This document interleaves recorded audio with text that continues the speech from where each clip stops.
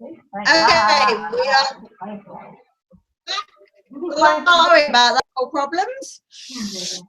I was just going through my 3 memorable moments. Shit, that was live. Sorry. That's all right.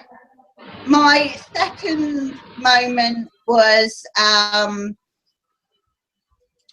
was a big Jake the Snake fan, and when Earthquake squashed Damien, his python, you can only see edited versions of it, but it was actually quite a long segment because he tied him in the ropes and then did the backwards and forwards splash thing. Yeah. And it was absolutely heart-wrenching when Jake finally got out of the ropes and went towards the back and like tried to touch it to see if the snake was still moving. And I was honestly, as a kid, I was in floods of tears because I'm sure, as any of you know, if you lose a pet, it's, as a kid, that's heart-wrenching. So that's a really tiny moment, but it's something that's always stuck with me. And my third one would be the reunification of Macho Man and Miss Elizabeth when he picks her up and put her on his shoulder, and the whole crowd was crying, and I was right there with them. It was just such a sweet moment. And even though they were going through trouble at the time, it seemed like such a genuine moment as well. Yeah, it did. So, what's your next question?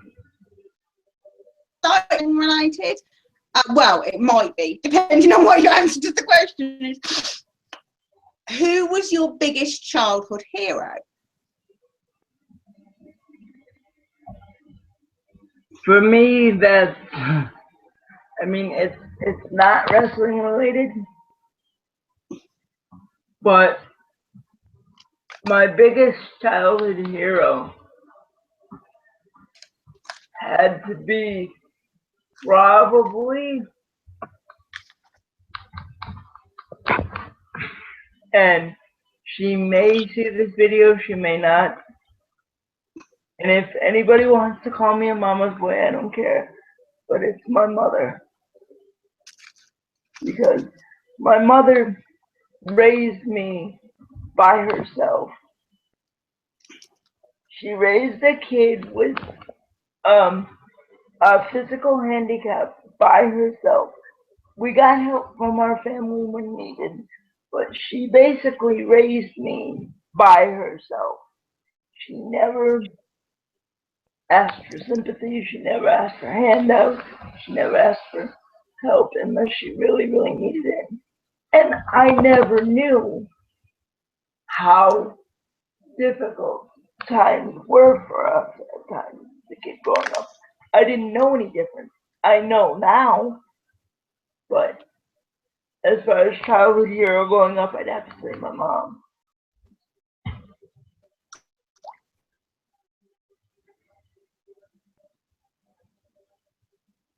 So that's my answer.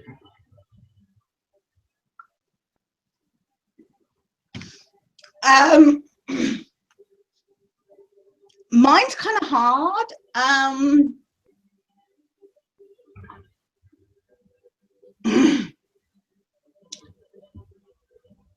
Because I think honestly, I would probably say my brother. Because he was 5 years older than me, and I basically wanted to be him for most of my childhood. I was an utter tomboy. He got a skateboard, I wanted a skateboard. He got a mountain bike, I wanted a mountain bike. You can imagine how annoying that was for an older boy. Have a little annoying brat running around his feet. Yeah. But yeah, he was from pretty much everything. Between my brother and my dad, they shaped a lot of who I am. Yeah. My brother's search for his own faith helped me find mine. And my dad's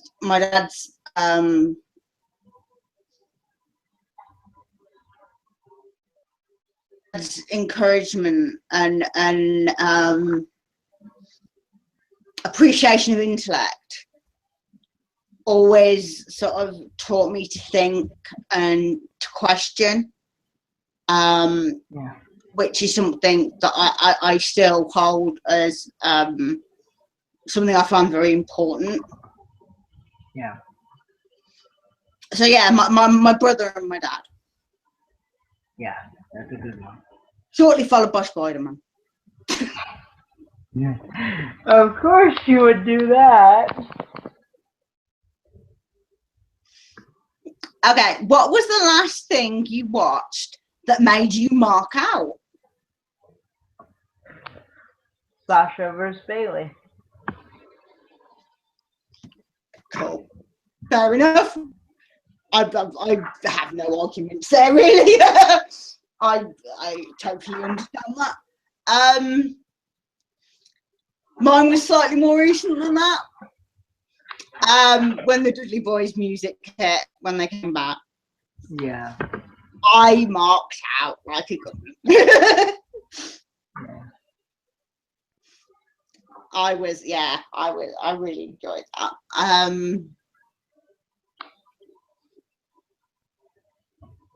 But yeah, I think that's probably my most recent. Probably that one / when they met up with Edge and Christian backstage, because that kind of triggered the nostalgia pop in my head. So I'm a sucker for a good nostalgia pop. Yeah. Okay, this is the last one.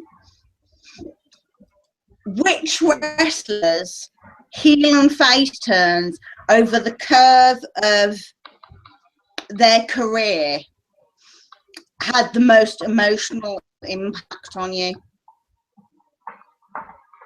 Their turns? Yeah. Nobody's turn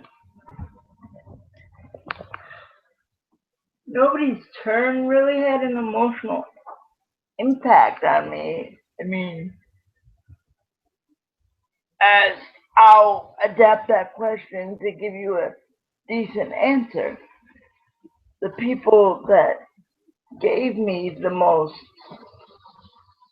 emotional impact were Shawn Michaels, Undertaker, Steve Austin, Ahmed Johnson. I know Ahmed Johnson's career in the WWF wasn't long, but when I was young, he was the first wrestler I ever met. And my mom has a photo, because when I was little, when I was younger, I was really, really small. And his head is about the size of my whole upper part of my body. So, heel and face turns for some reason, they never really impact me. I just find them cool. This guy's trying something else. That's why this is going to make me sound like a Cena hater, but I would love for WWE to get another guy to drive the merchandise sales as good as John does, and then turn him heel. Because it would be nice to give him something fresh to do.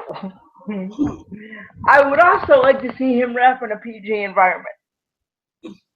It would be, to me, you're talking about intellectually stimulating and stuff. That would be a real challenge for him. Because you can't just throw F-bombs in every third word, or you can't, use the C word for a woman or the N word. Especially, you cannot use the N word these days. No. So, it would be interesting to see what he would come up with.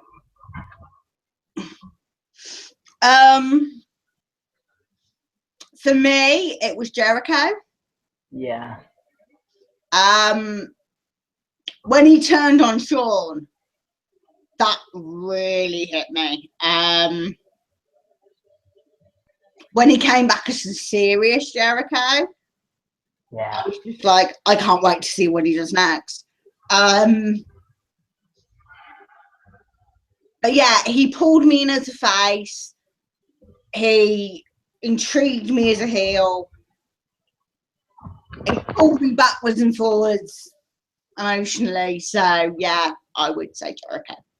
Yeah, well, that whole serial killer-ish Chris Jericho was his best Chris Jericho, I think. You know, I really think that was the best version of Chris Jericho that Chris Jericho has ever done. Just my opinion. I would have liked to have seen him do that run a shit ton longer. Yeah. Now, do you have any others? Nope, that is our 10 questions. Well, I have something for you since we haven't done a video in a very long time and so much has happened and whatnot. How did both Rowdy Roddy Piper and Dusty Rhodes' passing affect you? They both affected me, but for slightly different reasons. Okay. Dusty hit me because my heart just totally went out to Cody and Dustin. I know what it's like to lose a father, and it is one of the hardest things you go through in life. And when I heard, I was just like, oh God, poor Cody, poor Dustin. Yeah. And I just think it was such a shame because he was helping so many of the younger talents in NXT, and he was really in a way he made as much impact after his career in helping people than he did in his career. Yeah. But I will admit, and this is no stain on him at all, he wasn't really a character that I was deeply invested in as an on-screen talent. So it didn't hit me in that terms and in the fandom terms of loss because he hasn't been in the ring for so long. But it hit me for Cody and Dustin. Roddy hit me as a fan. Yeah.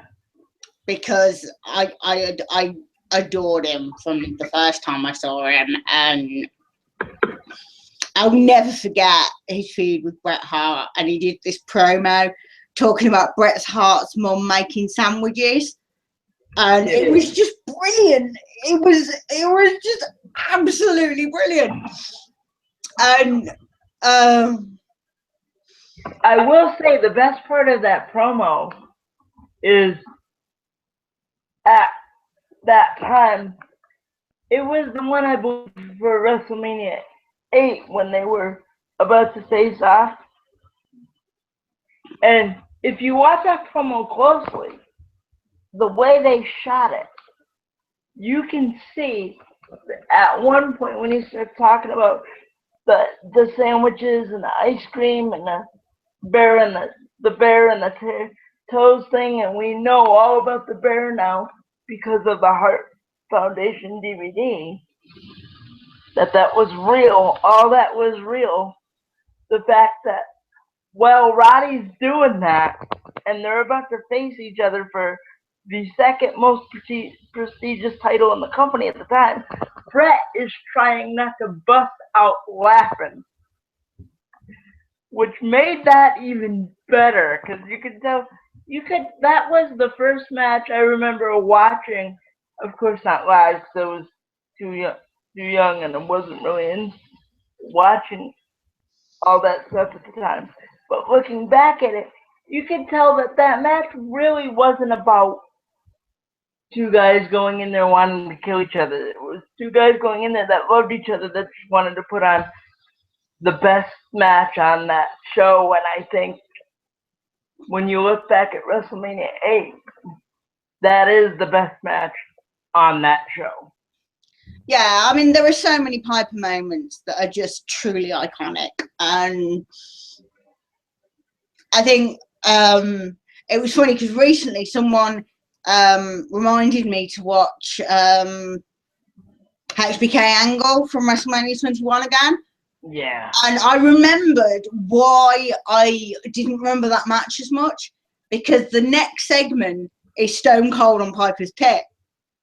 Yeah. And that stuck in my head Yeah. because it was two people that I absolutely loved. And I thought that was brilliant. I mean, And coming out was just you mentioned that to me like last week or something. yeah, it was very. When I was on vacation, as you know, I just came back from. I actually watched that match and watched the segment on my phone, the Piper's Pit segment on my phone after that match. And that was by far, of the newer Piper's Pit, that was the best one. Because they just both, they're the same way and they just fed off each other and it was just awesome. Yeah, it was. I don't know why, but I always kind of related to. I mean, everyone relates to the underdog, but I kind of always related to the sort of like rebel. Yeah. I wonder why. I think it's the tomboy in me coming out. Because I was never classically girly. So I mean, I'm a lot more girly now than I ever was as a child. I mean, you put something pink near me as a kid, and I'd run in the other direction. Yeah. But yeah, I always related to Roddy as a character. I always enjoyed whenever he came on screen, and when I heard about his death, it kind of snowballed in my head, because there are so many of the guys that we've lost now that were such an integral part of my childhood, and it is really sad. Yeah. I mean, it's sad when you can go through a card of like one of the most iconic WrestleManias of all time, WrestleMania 3, and there's only like, I think there's like maybe 9-10 guys that are dead. Yeah, I think you would be faster to count the ones that are still living. Yeah, and that's sad. And then you have ones that are still living, like Hogan, that have made mistakes in the past, and now WWE, because they're a corporate giant, has to distance themselves from them for the time being. Yeah, sad. Honestly, people have brought that up, and I've just said it'll blow over. It will. He's not going to be gone forever. Yeah, and at least for now, the Hall of Fame for now is just a web page. Yes. If it was yet a place, a building with exhibits and plaques and everything that we're eventually going to have, that's where the Hall of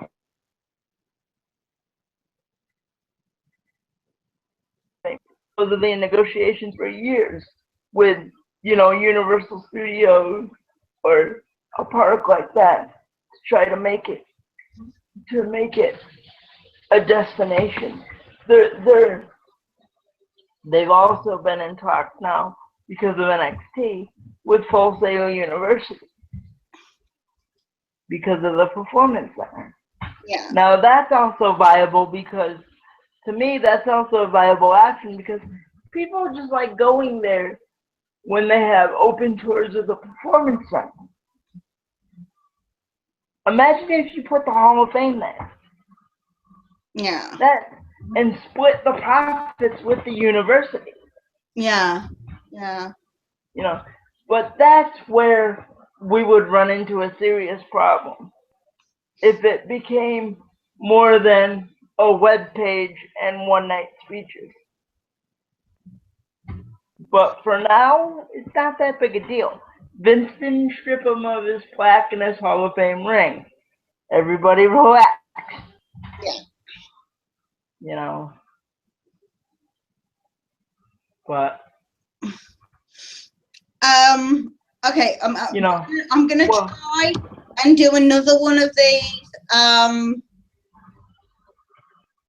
sometime in the next week or so. So it might come just before Night of Champions, or it might come just after. Quite possibly just after, so we've got some extra stuff to talk about. If there are topics you want me and Matt to address, if you've got some fun questions for us, by all means, leave it in the description box, and we will try and get it done. Yes, we will. But for now, I'm signing out. Lots of love. And I am also. We'll catch you guys soon.